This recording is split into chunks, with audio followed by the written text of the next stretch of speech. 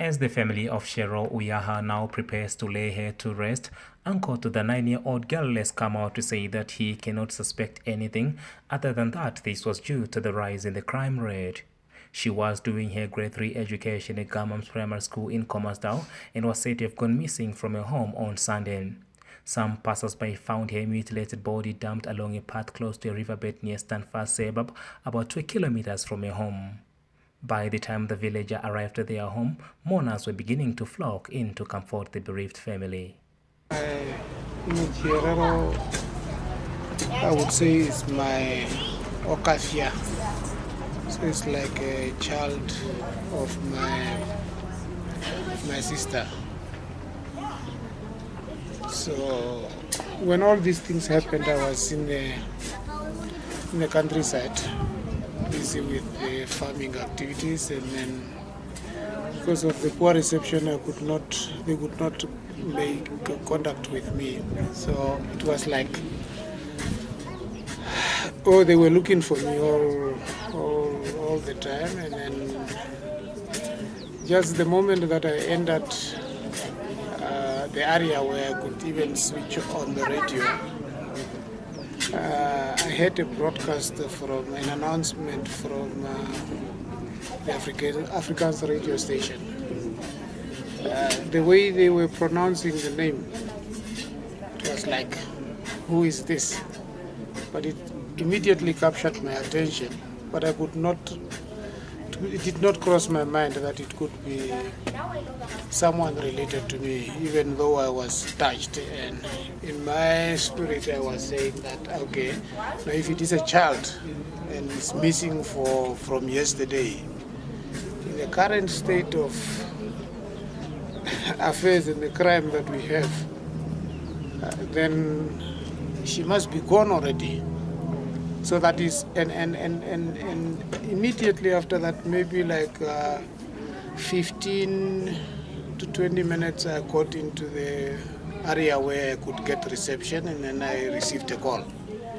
And then when they were relating this to me, I knew that something must have happened. And coincidentally, this is the same spot where I received a similar call, and that was a couple of years ago. And that was the firstborn of my sister. And I was also out of town like that. And when I received that call, it was like, no, a recent law graduate is no more. But that was a terrible accident as well. That was a car accident. So, yeah. So then I knew that I could, when I put all these things together, I knew that, no, this must be her time to depart. So to the family, I think this is a great loss. It is a great loss. That was a child who was very close to my heart. I used to take her to my place. I think last year I had a gathering of all these girls together, and they were swimming at my house. And now when I'm reflecting, because when they swim I have to be outside there and not even close my eyes, because I must make sure that everything goes according to the plan. But now that it had to happen in this way, this is really an experience that I wouldn't wish my enemy to go through. So that is my take of this. She was very close to me. She was a very strong personality. I remember the last time that she went to my house. She stayed there for like a week. It was during a holiday, I think the last school holidays. And then she got like feverish, and she was coughing, and then the mother was also, who's my sister, was a bit concerned. But when she puts her mind to something, that she wants to do something, That evening she told me that I want to go back to my mom. So I had to take her, passed by the pharmacy, brought her some medication, and so on. So yeah, we can speculate, but it's very difficult to put a finger on something and to say that this could have happened, because I don't think that she would get into a car of a stranger.